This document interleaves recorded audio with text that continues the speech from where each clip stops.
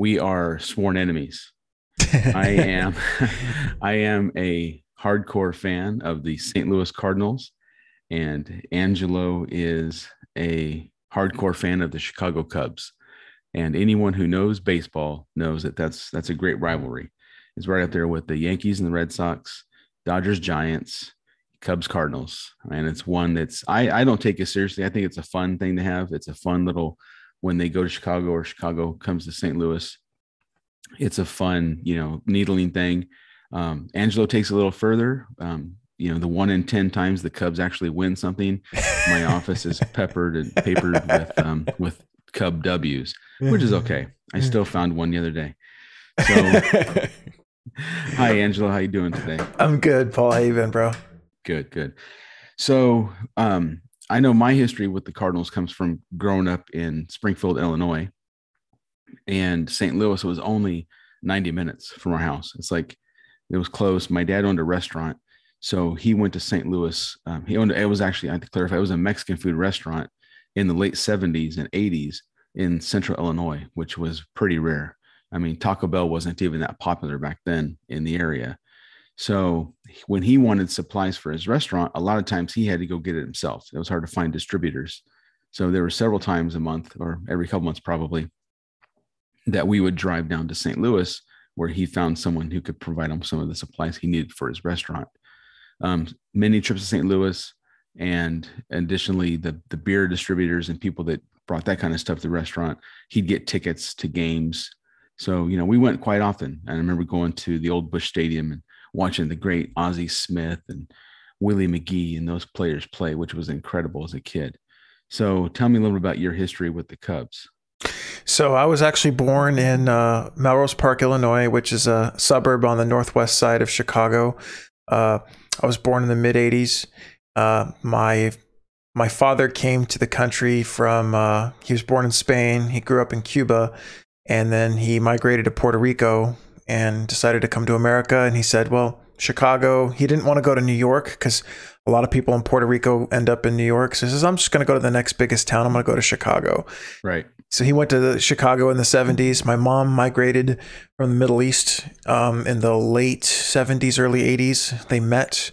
Funny story about the part of Chicago that I'm from is Melrose Park is at the time was near 100% Italian. And there's actually a lot of old Chicago outfit gangsters actually had homes near where my parents lived. Like what was it? Like Al Capone and those kind of guys. Well, think like the Chicago, have you seen the movie Casino? Yes. The main boss, his name was Joseph Iwapa. He had a house 2 streets down from where I grew up, oh, wow. or at least where I was born, the area where I was from. So my dad, obviously, all through the 70s and 80s, was a big Cubs fan. The year I was born, 1984, the Cubs had one of the best years they ever had. And my dad looked at me as like his little lucky charm. I was born, and then a month later, the Cubs are in the playoffs for the first time since 1945. So he looked at me as his little lucky charm. And we moved from Chicago to Southern California when I was only 9 months old, but my dad kept putting Cub stuff on me. He had WGN on all the time. So I grew up with Harry Carey and Steve Stone. Harry Carey, who originally worked for the Cardinals, it should be noted.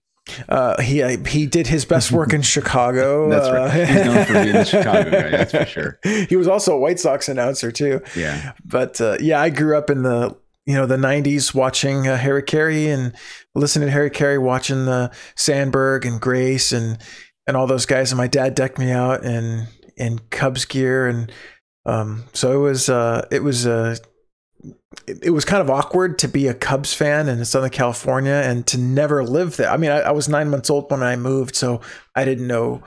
I never really got to be anywhere near Chicago. In fact, I hate to admit this, but I've only been to Wrigley Field 3 times my entire life. 3 times more than I've been. That's cool. Yeah. I've only been to Chicago, I think, twice. I mean, it's one thing that I grew up with, that kind of the feeling that people who lived in and around Chicago didn't really feel that they were part of Illinois. They felt they were part of a different state or something, because they don't seem to act like they're from Illinois, because Illinois seems to be that Midwestern kind of cornfield town, and Chicago definitely isn't that. Yeah, Illinois is a definitely different state because you have Chicago, which is like the second biggest city on the planet with its own identity, and then the rest of Illinois is, like you said, like it's basically Iowa. It's right. Eastern. My cousin calls the rest of Illinois Eastern Iowa. Yeah, we lived 7 miles outside of Springfield, and out in the country. You know, it was really interesting that they had such a successful restaurant, which goes to, you know, the uniqueness of the food and my dad's cooking. You know, there'd be weekends where the lines were out the door, but people were coming outside of town. And back then, you know, people didn't leave the city for anything. You know, it wasn't like in California where people, you know, travel a half an hour to get dinner, you know, so it's a different kind of time. What's funny is too about the 90s you were talking about, we moved to California in the late 80s. And right about the time we moved or soon after, the strike happened. And at the time I was in middle school or high school, but I didn't understand at the time what the players were striking against. I was listening to the news and I'd kind of bought into the whole, oh, these are just a bunch of overpaid millionaires whining about money. Since then, I've gained some more understanding about the fight between the owners and the players and actually how much money they were talking about. But I kind of fell away from baseball. I was in that group of people that kind of went, man, you know what? I just can't. So I kind of broke away for a little while and didn't follow it. What really brought me back was actually the availability of the internet, because, you know, the Cardinals didn't have a WGN.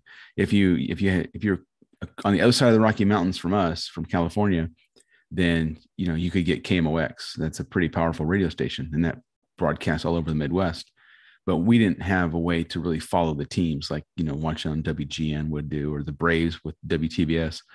So I, you know, kind of fell away a little bit. But when the internet kind of came, widespread usage, and you could get games and you could get updates, I really got back into it and found that, you know, that was a lost love of mine, was watching the baseball games and rooting for the Cardinals. So how tough was that? Like not being able to watch your team on TV, often being away from the St. Louis area. What was the weirdest thing was I had a lot more strength, or my feelings, I guess, were stronger because of going to the games. We didn't really watch them that much. It was just, you know, at the time I grew up, it was different. You know, I'm old, and, you know, it was that go run around outside on your bike, stay out of the house kind of thing. So, you know, TV wasn't a major part of growing up, but my dad would listen to him. What I remember about baseball was we would go fishing a lot. Anytime he had a time off, or they had a weekend where my mom could get away from her job. She was a nurse and she worked nights. We went camping a lot, and this was in Illinois. This is out in the lakes and stuff in central Illinois. And my uncle Mark had worked up this box with a car radio in it that attached to a car radio battery and an antenna. So we had, like, on our boat, you know, we had a 16-foot aluminum John boat. We didn't have anything fancy at all. But we could sit out there on the lake, fish, and listen to baseball games. You know what I mean? And it didn't matter who was playing. I mean, I think my dad was more of a Yankees fan than anything. I remember he liked the Yankees. He rooted for the Yankees. But just listening to baseball games, sitting on a boat fishing with my dad was just like, that was it. We moved out to California, and a lot of that changed. So I think I've got more emotional ties to those kinds of things happening than not being able to watch the Cardinals on baseball. I see. But maybe, but with watching them now, and my son is a lot like he's a lot like you were. He was born in California. He's never been to St. Louis, but he's a Cardinals fan. You know, he knows the players. He knows, Yadi he knows he's growing up in a time with the greatest catcher almost in this generation to play. And he understands that. And he likes it. And my daughter too, her bedtime lullaby is take me out to the ball game, and she sings along with me, which is awesome. So I think that's part of it, is just bringing up, and I think a lot of that is that because my dad passed away just after I graduated high school. So there was a long time, where I haven't been around him. So I'm getting kind of emotional. This is actually a really strong connection, I feel, to my dad. So we're similar in that, like, our fandom is connected to our parents, which I think is kind of awesome because you're passing it to your kid. And I've decked out both of my kids in in Cubs gear. I always got all the onesies, and they're not cheap. You buy them from MLB Shop. They're not like you can get 6 onesies at Target for like $8. I mean, these things are like $40 for like 3 onesies, and they use them for like 3 months. So, but yeah, that's good though, because I mean, you can talk to your son about that, and you can talk to your son like, "Hey, Dad took me fishing. We'd listen to baseball games." Now you're telling your son about the most overrated catcher of all time, Yadier Molina. Most overrated catcher. First ballot Hall of Famer, guaranteed. Yeah, first ballot Hall of Famer in like the Cardinals or whatever, but the actual Hall of Fame, we'll see. No, I'm just kidding. I think Yadi's a great player, but no, it's interesting because you talked about the strike happening in 94. I was 10 years old when that happened, and I didn't understand what a strike was. I was 10. I was just a kid. And it actually made me want to watch baseball more because they took it away from me. Okay. So it was funny that you mentioned that, because 1995 was the first year I can recall watching as baseball from like wire to wire. I watched every game. Surprisingly, the Cubs were actually in a playoff hunt that year. For like the wild card. I think we lost like the last week of the season or something like that. But it's I think the best thing about baseball and about being baseball fans, especially when you have teams from like the Midwest or the East Coast, is that parents tend to keep that with their kids. They go, we're a Cardinals family. You could live in Alaska. You can live in New Mexico. You could live in Idaho. You're a Cardinals fan. Same thing with the Cubs. That's why I think the Cardinals and the Cubs, they travel pretty well because of just the exposure that they've had. Right. I call where I live in Springfield, I refer it to as the Mason-Dixon line for Cardinals Cubs fans, because I've got a cousin who's a diehard Cub fan, and he's Cubs from head to toe. And then I have another cousin who's Cardinals. So, and they're all right there in Illinois. There's a big mix. And what I love is when you watch the games on TV now, is there's a healthy mix of Cardinals and Cubs in the fans, both in Chicago and in St. Louis. And I think it shows that spreads around, that they can travel well, like you said, and there's lots of that generational feelings when it comes to the fans. I always say that people out here in California are really spoiled, that they've got, Dodgers, Giants, Angels, A's. They've got all these teams. Baseball is the same, football is the same, or basketball, football. They're spoiled with teams. It's really hard. Really hard to get that kind of feeling, I think. And I don't doubt their fandom. I think they're fans, but I think it's a different kind of thing when you grow up in an area where, in an entire state, or maybe an entire region of states, you've got one team to root for, because that's what's there. That's what you're getting on TV. That's what you're getting on radio. So I think it's a different feeling than being a spoiled fair weather fan that I think most California fans are. No offense to the California fans out there. Yeah, California fans. I mean, we could probably have a whole podcast dedicated to them. It's difficult dealing with them, especially the worst ones are the Dodger fans. But we won't get too far deep into that one. Right now, this year, that was hard. Watching the Cardinals lose in that game to the Dodgers, that was heartbreaking. I mean, wild card games always suck.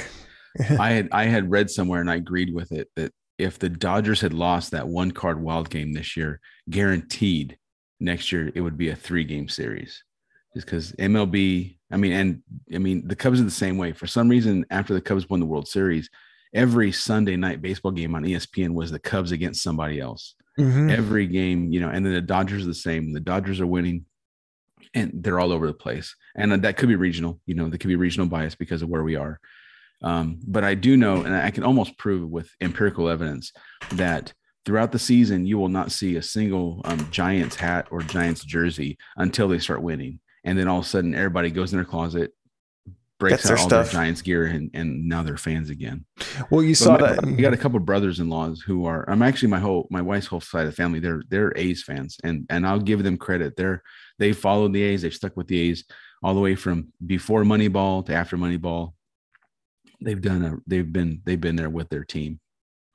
Yeah, and it's funny you should mention, like, everyone goes to their closet and grabs their gear. We live here in Northern California, and we're in Kings territory, yet everyone's wearing Warriors gear over here out of nowhere. So it's just, I don't remember ever seeing a single. I remember once maybe I saw something that had the Warriors on. I'm like, who are the Warriors?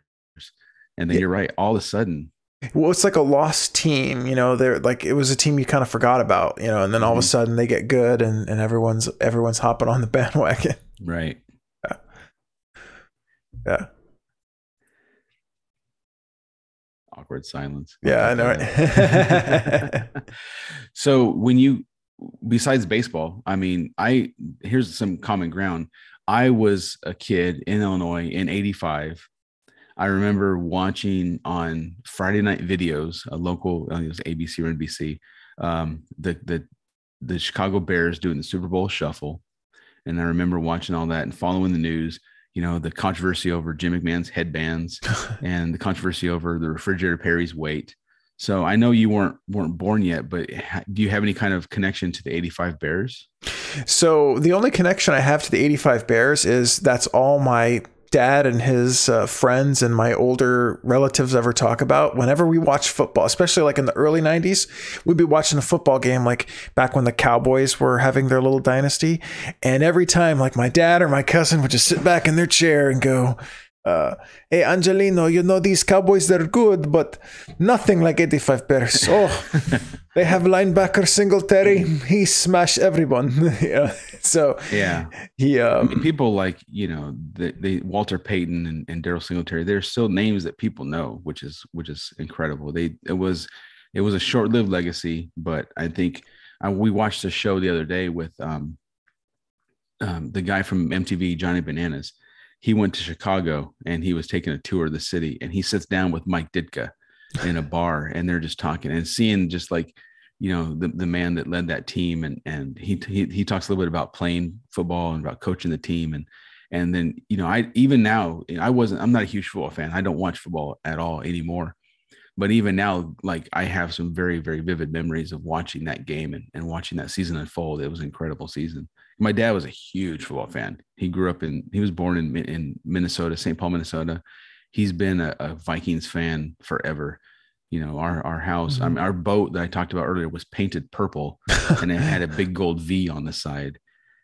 So Vikings were his team, so football was something, which is interesting that I didn't never really pick up on it. I don't know if he didn't share with me or I just didn't show an interest in it. But baseball, I have like the 82 Cardinals, were the World Series team when I was a kid, and they had bought the LP. So you're young, but there used to be these things called records, large black discs that you could play a song or sound on, and had bought the LP of the entire World Series, and Jack Buck doing his announcing, of the play-by-play. And I mean, we had that for a long time, and on bookended on either side of the series was the Kool and the Gang song, Celebration, which was the theme, that their anthem for that series. And then a few years later, he took me to a playoff game in Busch Stadium. So those are my most vivid memories of the baseball era for me growing up. Yeah. And what's funny is people don't know this is, I grew up in Southern California. So the Cubs only came to town one road trip a year, basically. But my father worked in Orange County, and he worked about 2 exits away from Angel Stadium, and the owner of the car dealership that he worked at had season tickets to the Angels, big Angels fan. So I'm a kid in the mid 90s. I love baseball. My dad can get free tickets almost any day. And especially during the summer, like on a Tuesday or Wednesday, he would take us to work and we'd kind of mess around at the dealership. And I'd go to I've probably been to more Angels games than any other stadium.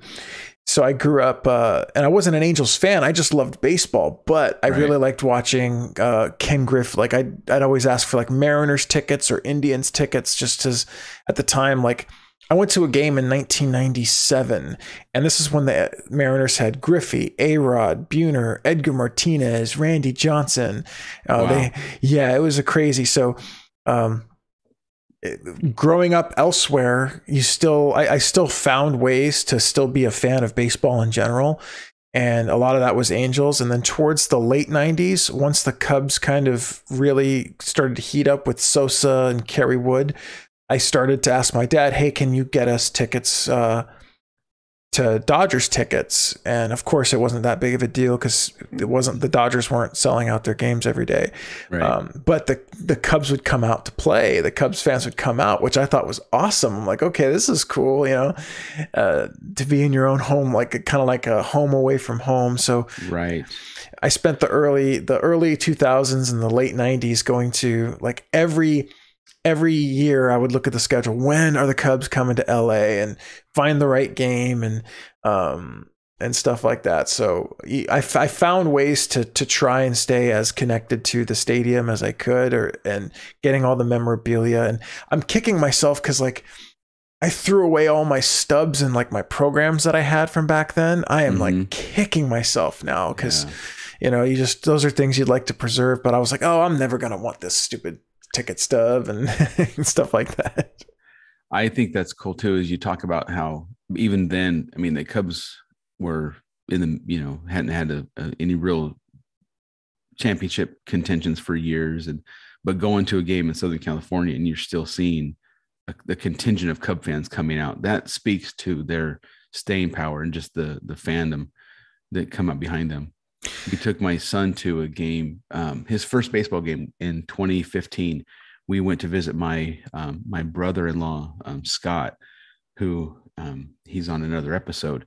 But we went to Denver to visit him and his family, and his wife Christy got tickets to the Cardinals Rockies game that was in town that same time we were there.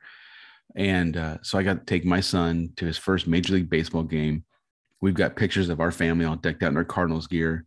We got pictures of him with his cousin, who's his same age. His cousin's in his Rocky shirt, and Nico's in his Cardinals shirt. But when you look in the stands, there is, easily as many, if not more, Cardinal fans in the stands at Coors Field than there were Rockies fans. So I understand that feeling. Even though you're not at their home stadium, you have that feeling that you're rooting for your home team. When the Cardinals go to almost any stadium, when I watch them on TV and a Cardinal player makes a good play, you hear a large amount of applause and cheering from the stands, because their fans are there. When you're watching the teams come to St. Louis, and if it's not the Cubs, if it's not, if it's someone like, the Giants or some not team that's not a lot of popular fans in the Midwest, if their opposite team makes a good play in the field, then the stadium is silent. You don't hear anything.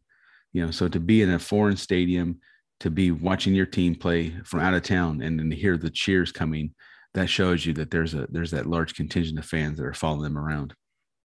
And that's what I think that's a pendulum swinging as like people start migrating. Because see, up until I think the 70s, people weren't really moving around much. And then obviously like the West expands and people from St. Louis move to Denver or California, or people from Boston move to California. So it's kind of an interesting dynamic that's happening in stadiums right now. Like I went to my first NFL game, and it was the Raiders and the Bears in Oakland Coliseum, and the Bears fans came out. Like it was probably like 60-40, maybe 70-30 in favor of Raiders fans, but there was Raiders fans like looking around like, what the F is going on here, man? There's all these Bears fans here. And I was like, yeah, this is awesome. We got some. That's a good feeling. So the pendulum swinging, I think for the teams that have the loyal fan bases, they're gonna continue to draw road attendance games just because, people like you and people like me are passing the tradition down and keeping it alive, which is good, because I don't think you'll see a lot of Padres fans, going to Texas or going to Wrigley, right, or going to, Florida or whatever, just because it's just not there. But I think that's, it's funny how like teams influence you as like the loyal fan base kind of influences you as a parent or me as a parent to go, no, this is a Cub family. Like we're a Cardinal family. And that actually, I think, makes the family bond stronger because you have something to hang on to. Yeah. It brings that thing together when there's nothing to really, I mean, I know it's kind of cheesy, but one of my favorite movies is Field of Dreams. And one of the key hooks in the storyline is when the main character, when Ray Kinsella, is that his name? Mm-hmm. He's talking to Edward James, What's his name? Edward James Olmos. No, that's the Oh. Mexican guy. Oh. Darth Vader. He's talking to Darth Vader.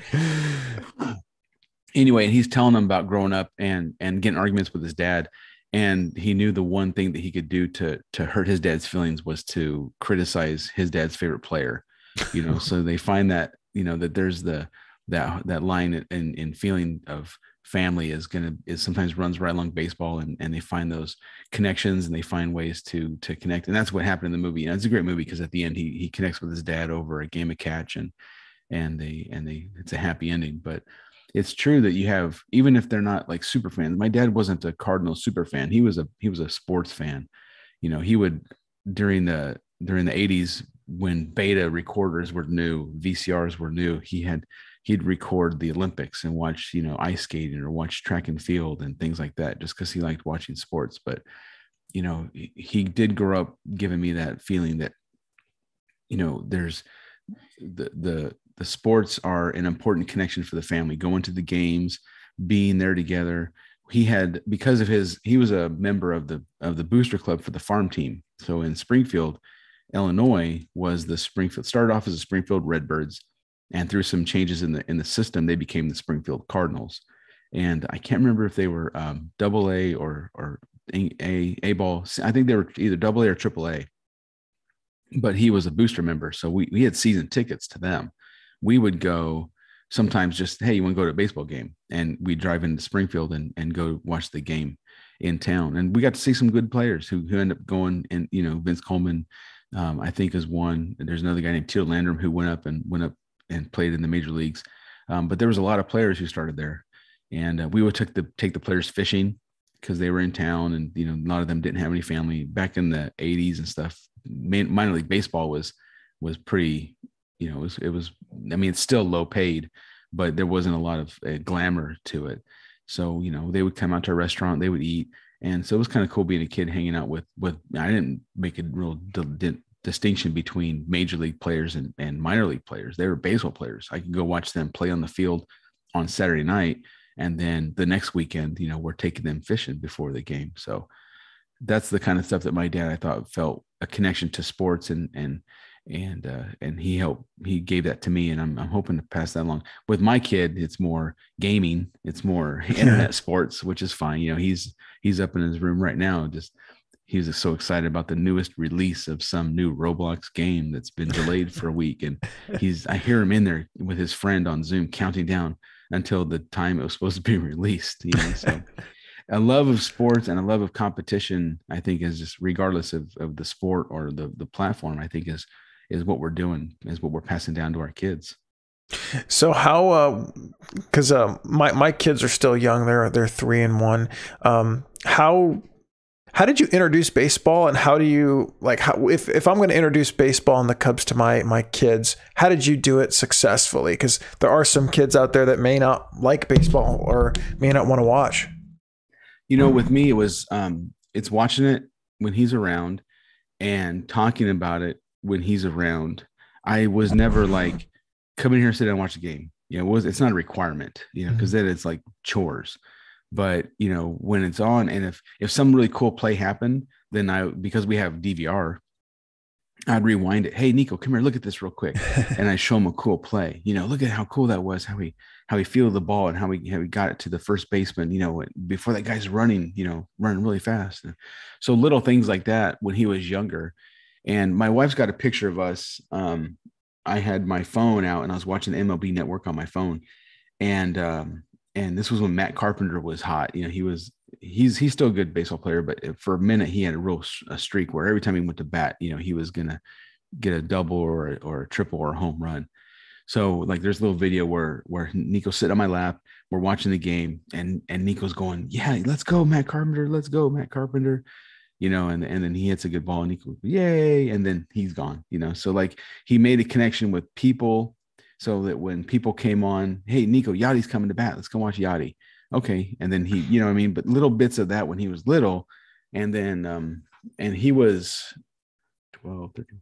He was 3 or 4 when we took him to his game, when we took him to the baseball game, and getting to see the same players live. We were sitting near right field, At the time, Stephen Piscotty was a right fielder before he went to Oakland.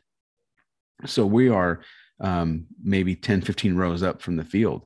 So in Coors Field, those are great seats. I mean, you can almost reach out and give Piscotty a high five, it feels like, and then so being down by field level is great. So we're watching Carlos Martinez pitch, watching Yadi catch, all the players are in the field, all the headliners.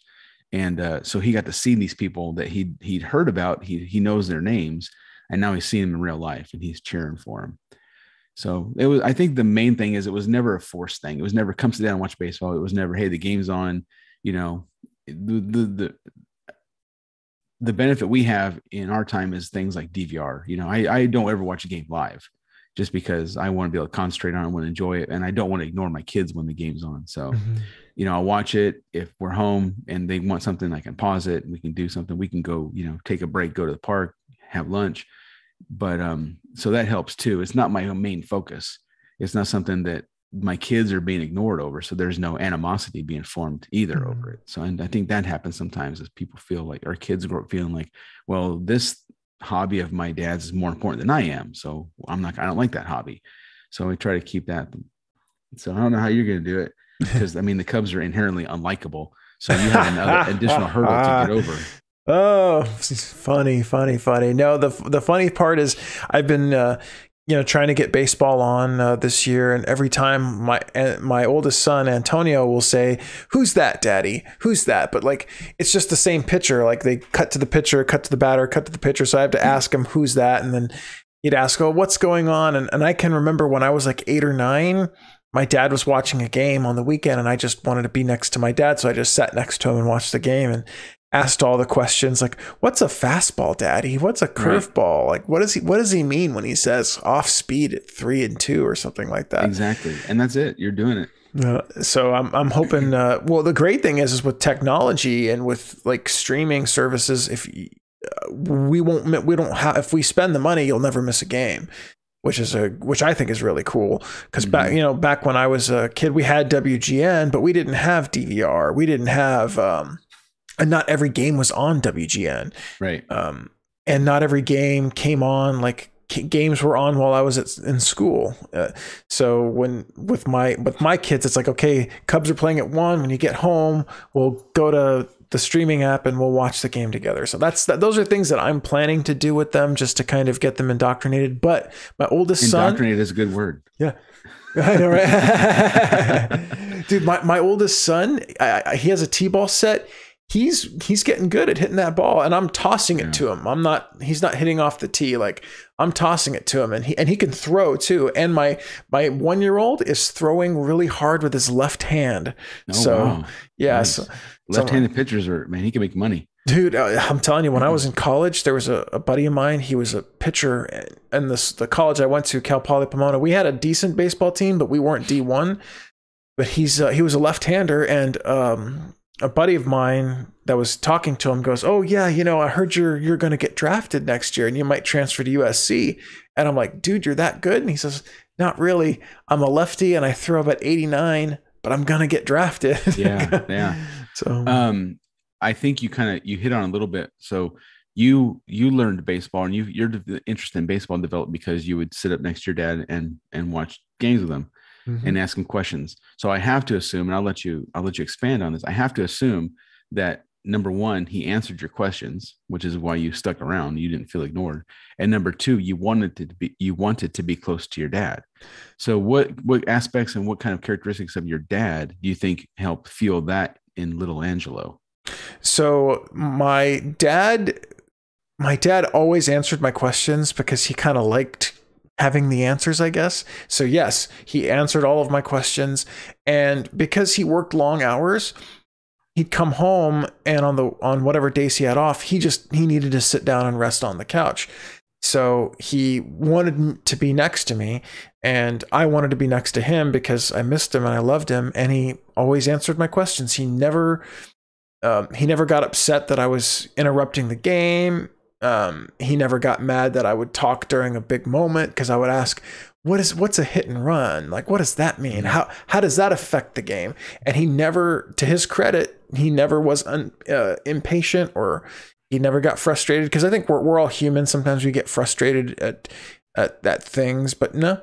And Oh yeah. that's definitely something that I need to work on is, hey, so what if he runs in front of the screen and asks a question? It's not that big of a deal. So he definitely showed a lot of patience with me. And I wasn't a young kid. I wasn't like a little kid. I was 9 or 10. So I was old enough to understand some semblance of etiquette when someone's trying to watch a game. But no, he definitely displayed patience, and he definitely wanted me to spend time with him. Right.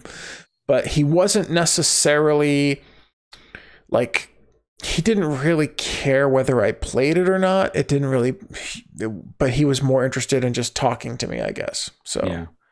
I think one thing that helped me with Nico was I coached T-ball for a few years when we moved here. So here in town, the local Parks and Rec, they have T-ball for kids, and they were, when he was old enough, it was right when we moved here. I thought, man, that sounds fun. I'm not like, my interest in baseball is a fan, so I don't have like a lot of any experience coaching. I couldn't coach anyone through, but I can muster up enough to coach a T-ball team. So I did that for a few years. And I think that really helped too, kind of, feed that interest in him at the time in baseball and watching players and seeing how they do in the big leagues. And then, when they get up to bat and T-ball, I remember playing T-ball. I remember feeling like, oh, heck yeah, I'm going to knock this ball out of the park, and then like it rolls past the pitcher's mound, So I remember all those feelings. So I don't know if you have an opportunity to do that in your town, but that's something I definitely enjoyed doing when Nico was younger. And that's something my next door neighbor had to do. He got thrust into coaching Little League and soccer because the coach quit, and he got kind of thrust into it. So I've been kind of looking online, like how to learn how to coach T-ball and Little League and how to get into it. And as it turns out, there's a market for it. I didn't. Right. I thought that being a coach was competitive. It's actually quite opposite. They're always looking. So I'm looking to get into that, just because that's something my dad didn't have the chance to do.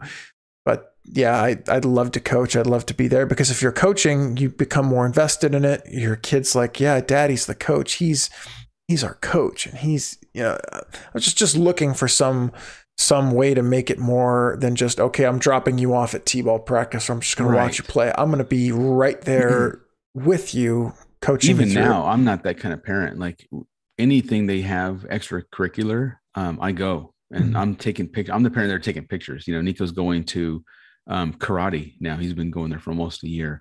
And I've been to every class. I've been taking pictures at every class and watching him and telling him congratulations when he does something.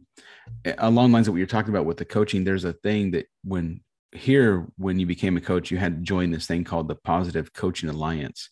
So you might want to look into that, because it's all about positive coaching. It's all about creating an atmosphere of a positive culture around sports and sportsmanship and things. And that's important to me too. I don't like watching poor sportsmanship. I don't like watching in baseball. A bat flip here and there, a little trot on a nicely hit home run is one thing. But when they really exhibit some really poor sportsmanship, or, that's something that I actually point out to Nico. I'm like, see, the way he's acting right now, that's not cool. It's not cool to flex up too much if you do something really well.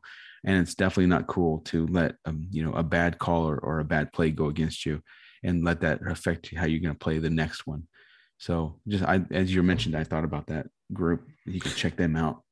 That's one thing let's explore this really quick. What is going on with this trophy kid culture right now that a lot of parents are exhibiting? And that's one thing I'd like to avoid. And I'm so glad that it's called the Positive Coaching Alliance, you said? Yeah.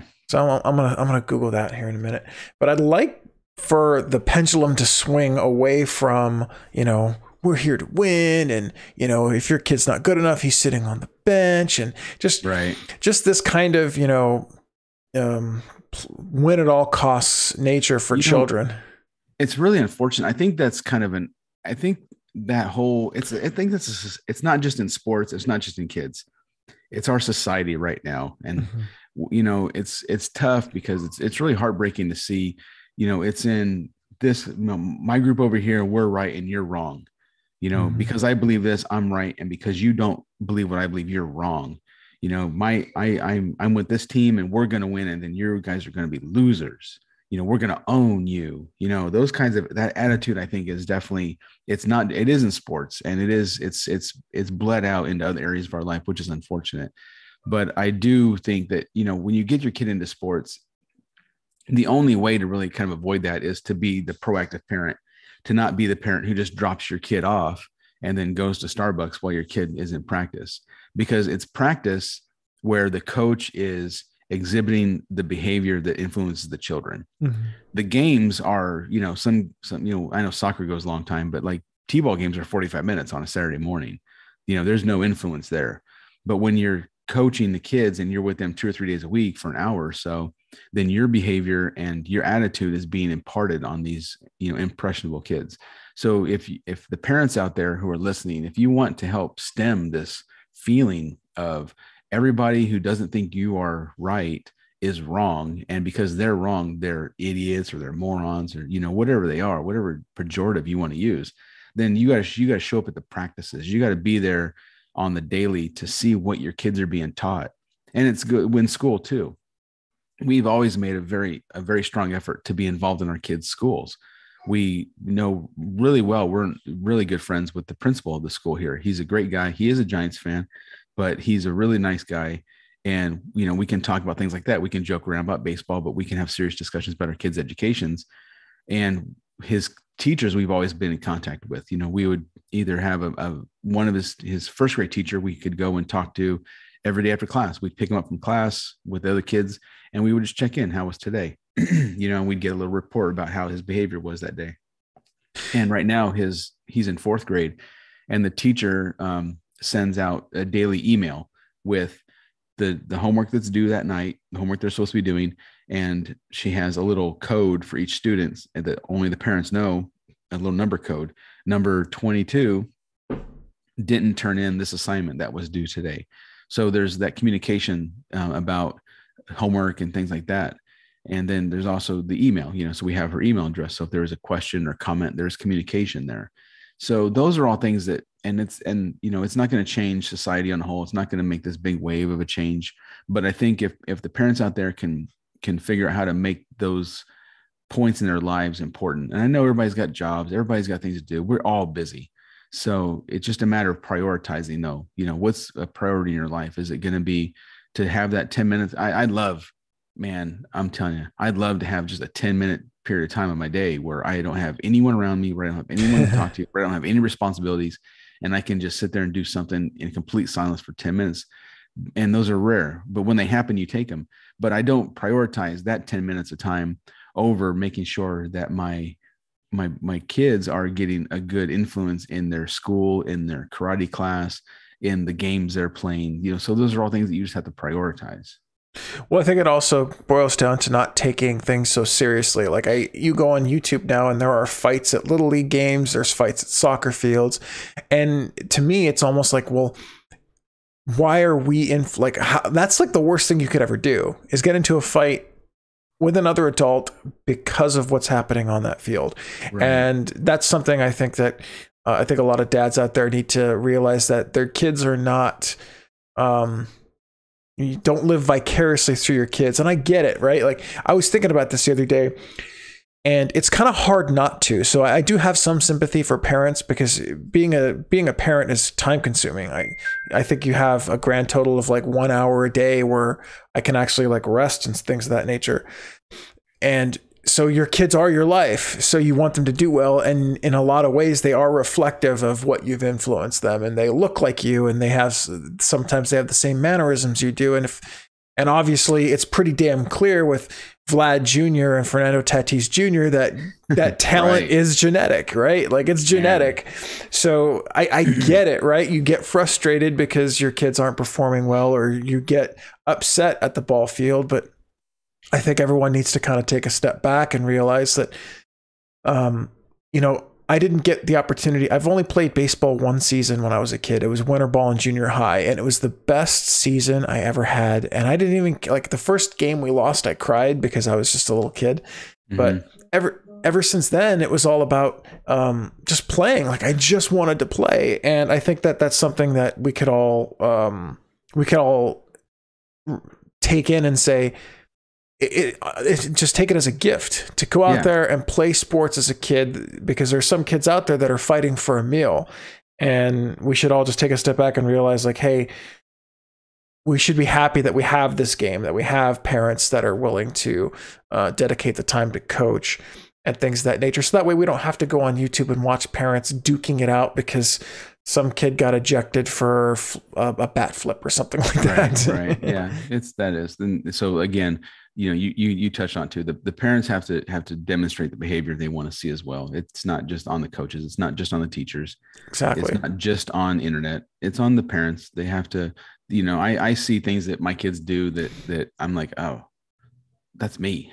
I don't like seeing that. So, and so I try to put a check on that behavior in my own way. I'm acting toward them, but it's something that's, like I said, it's not just something that's happening in sports. Unfortunately, it's happening everywhere. It's being driven by lots of things, whether it's the news channel you watch, or whether it's the TV shows you watch, or whatever you listen to on the radio.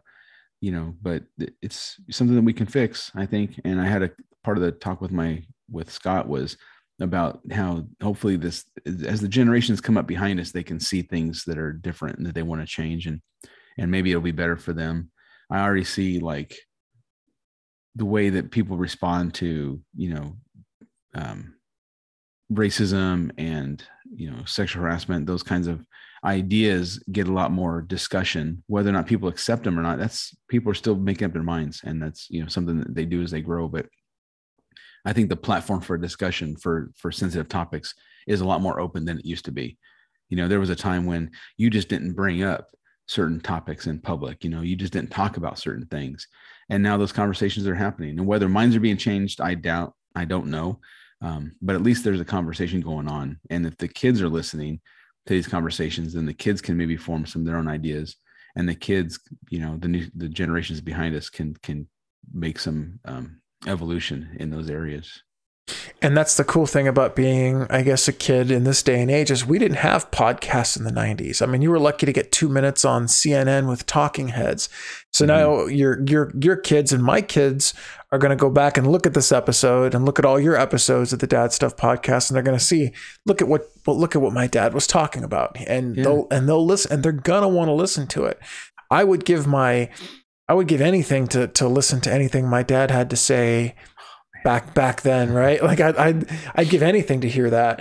And that's what I love about the podcast form, is we get the opportunity to explore these topics and talk about it, because there are some things people just don't want to talk about. There are some parents that don't want to talk about why they feel the need to live vicariously through their children, especially through sports, which to me is kind of silly, because if you look at statistically, how many kids are actually going to make it as a pro? Like, what are you actually fighting for? Yeah. Like, maybe when the kids are older, obviously kids are playing for scholarships and draft rounds. Like, I kind of get it when they get a little bit older, but when they're 9 or 10 years old playing Little League, or 5-year-olds playing soccer, who cares? Like, that's why, like, in Little Leagues, they had to put caps on, like, pitching and things like that for the players, because you had some Little League coaches that were just, wearing a kid out just to win. Yeah. Yeah. To try to win the game, and not taking into consideration for this developing, skeletal structure of this kid who's out there trying to throw this ball as hard as he can.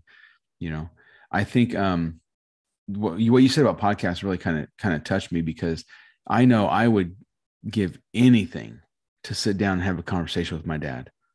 There's so much that I could have learned from him, and either I didn't ask, or maybe, like, he came from the era where he went to Vietnam, and he had a rough time, and he's a Mexican American, and he was living in a time where there was a lot of racism going on. There's a lot of influences like that against people, and we never talked about it. I never had a discussion with him about what it was like being a Marine in the 50s and being a Mexican, and also about just his experiences growing up, So I think it's something that I really wish there was something like you said. There was, they didn't have podcasts, and I missed out so many opportunities. And it's an area of real sadness in my life that I don't have those opportunities to learn from him. I made up for a little bit because after my dad passed, a few years after my dad passed, my mom married Jim, and Jim is a super guy. I mean, to say that my mom hit the lottery twice would be understating it, because my dad was awesome and Jim's been great. And so I've tried to take those chances to ask Jim questions about his growing up and about, the way he grew up. He a completely different life. He grew up in San Francisco, and he's in his 70s now, but he grew up in a time of a lot of different things going on around San Francisco. And he also went to Vietnam and things like that. So I'm taking that chance now, but I think it's definitely something out there that the podcasts are good. Have an opportunity to talk to your kids is good, and listening to them, taking that time to listen to the questions they're asking, because it may seem trivial, but you don't know what kind of door that question could open up in the future. And, like we talked about earlier, if you had hopped up next to your dad and asked him questions about baseball and he didn't answer you, then you might've just been, baseball, I don't care about it. Or daddy's mean or something. Right. That's something that hits me hard right now, because I realize now that, it's really, really difficult to always be patient. But like you said, when my son was asking me questions about those ball players, after the fourth or fifth time he asked me who the same guy was, I'm not going to lie, I was kind of like, hey, kiddo, you asked me that question 3 times. His name's Walker Buehler. He plays for the Dodgers. Like, that's who that guy is. Just pay attention to him. I'll tell you who someone else is. Right. And the other thing that I'm noticing too is, in some ways we're digressing, but in some ways we're progressing, we're regressing, and some ways we're progressing. Like, I'm seeing a lot more dads out there trying to do what you're doing, a podcast. There was a colleague of mine. He worked in the office that we work at. He was writing a journal to his kid. So it inspired me that I'm actually writing a journal to my kid, and I actually have, I have email addresses made for my kids, and I send them emails every now and then. Oh man, that's cool. So you're starting that's really neat. Yeah, it's actually kind of cool, because like you get to write to them, and then I think when they're older, I'll just give them the password and go, hey, I got a present for you. It's an email I've been sending. That's something really neat. I had never thought about that. That's a really neat thing you're doing there. My kids, he's in the 4th. So his 2nd grade teacher, he had the parents write a letter to the kids dated 10 years in the future. And COVID hit, so we didn't really get to exchange letters like he planned on it. What he was planning on doing was collecting all these letters from parents and putting them away, and then 10 years from now, mailing them. He was asking for, write a letter to your kid 10 years from now, try to put an address on there that's likely to be good, for someone in their family or whatever. And he's going to mail these letters 10 years from now. So I wrote Nico one. I've got one. I have it put away, so hopefully it's something I can give him. But your email idea is really interesting, to set up something like that, because you can just, if you're thinking about something, it's easy to pound something out on your phone and send it, and have a thought or a memory or a piece of advice that you wanted them to have waiting for them. That's really cool. And the cool thing is that if you use a Gmail, you get like 15 gigs of storage. So because I'm taking, 50 pictures a day, I can't keep it on my phone. So I'm able to just throw it all in the Google Drive, and I throw videos on their YouTube accounts. Like I have YouTube accounts for both of my kids. They're private, so no one knows that they exist, but I upload little 30, 40-second videos of them, just so, because you never know, if your phone gets lost or something like that, you're going to lose your stuff. But a lot of dads right now are coming up with really creative ways to reach their kids. And that's something I don't think our dads had, they didn't have access to, and nor was those ideas kind of prevalent. There was that kind of traditionalist mentality amongst dads. Wasn't 100% bad, obviously, but they didn't have access to the tools that we had, and there wasn't a lot of discussion. Dads were just dads, and nowadays, we're coming up with different ways to relate to our kids and bond with our kids. Like, my dad never played a video game with me ever. Like, not once. And here I am, like, I can't wait till my kid can pick up a controller, because that's all I want to do with him, is play video games with him. That's funny. Hey, I've got some games downloaded on my phone that, when there's a few minutes of lag time, Nico will come in and say, hey, he loves Bowmasters. I don't know if you played that game, but you want to do a round of Bowmasters with me? So we'll do a couple of Bowmaster games. And he'll bring the computer in when he's playing Roblox or something, and he'll want to show me this thing. And quite honestly, I feel like I'm going to stroke out just watching the game and how the 3D maze goes. That makes me dizzy. But I try when he's doing those things, I don't shoo him away. I'm like, oh, because I know that when my 9-year-old wants to share with me a picture of a game on his computer and I acknowledge it and I listen to him, then hopefully my 19-year-old will come to me with something to share. Mm-hmm. And I don't always succeed in accomplishing my goal of acknowledging him. I hope I do it more often than not, so that thought and that feeling in his mind of, I can go to my dad and ask him a question. I can go to my dad and show him this thing and he'll take me seriously, and I know that it's something that you and I privately, we've talked about. It's a struggle because you feel like you need to be 100% that attentive dad all the time. And it's just not possible. Mm-hmm. You do your best. And I know that there's every night when I go to bed, I think about the day and I think about times where I could have been better, and I'm like, okay, tomorrow I'm going to try to be better. If that happens again, I'm going to try to be better. And that, I think, is the signature of a good dad, is someone who can look back on the day or on the week and identify these times when they could be a little bit better. The person out there who's being a jackass, who's just letting his kids go do whatever they want, not listening to them, not paying attention to them, paying more attention to something else. That's the person who doesn't have any concept of what he's missing out on. So I know you do. I feel like I do. We have a concept of what we want to be as far as parents to our kids. And while we know that we're not perfect, while we know that we're going to fail, we just take those opportunities of failure to recalibrate where we are and be better the next day. And I think that's what you're doing. So I want to say it to you. We've said it before, but man, I don't think you need to get down yourself at all about those little tiny failures, because we all have short tempers. We all have times in our days where we're just not in the mood. We just have to say, I just need to be by myself for a minute. I really want to hear what you're saying. I'm really interested in what you want to tell me, but I need you to give me 5 minutes. Mm-hmm. And there's nothing wrong with that. We're all human. We need that time to ourselves. Yeah, it's hard too, because the nature of COVID has been tough, because, growing up as a kid, most of the afternoons I'd be playing outside, and then there was right. there was that break there. So there's a little bit of that mixed in. I think that some dads can definitely be overly critical of themselves, only because it's a big responsibility. And you don't want to be that dad that makes a mistake. Like, sometimes you see in public a parent doing something that you don't think is appropriate to their kid. And at first you're like, oh, come on, what kind of parent they are. And now that I am one, I realize, that you never know. Maybe that parent got yelled at by their boss for no reason today, and they're frustrated, and they're right. And that's one thing that I think that a lot of people need to realize, is that we're all human. And growing up as a kid, the worst thing that ever happened to me was I realized my dad wasn't right about everything. No. I know, right? Like, when I was a kid, my dad was God. What daddy said was gospel.